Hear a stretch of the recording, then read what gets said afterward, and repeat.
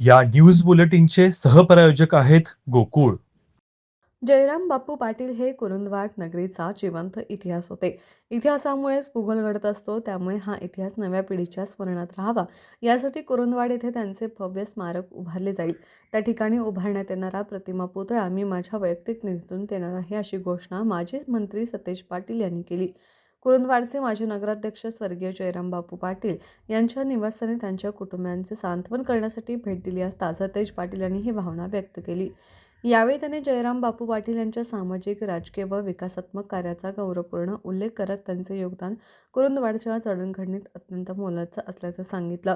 कुरुंदवाडच्या विकासाच्या अनेक निर्णयांमध्ये जयराम बापू पाटील यांची दूरदृष्टी दिसून येत होती. त्यांनी नगरपालिकेच्या माध्यमातून शहराच्या पायाभूत सुविधांमध्ये भरीव कामे केली. त्यांच्या कार्यामुळे शहराच्या विकासाला दिशा मिळाली.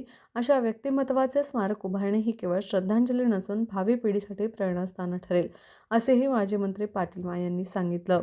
याप्रसंगी माजी नगराध्यक्ष दादासाहेब पाटील, भीमराव पाटील, अजय पाटील, शिरोळचे उपनगराध्यक्ष पृथ्वीराज यादव, नितीन बागी, तालुका अध्यक्ष दरगू गावडे, राजू आवळे, अनंत धनवडे आदी मान्यवर उपस्थित होते. टीव्ही नेक्स्ट माझ्यासाठी शिरोळहून सुभाष गुरव.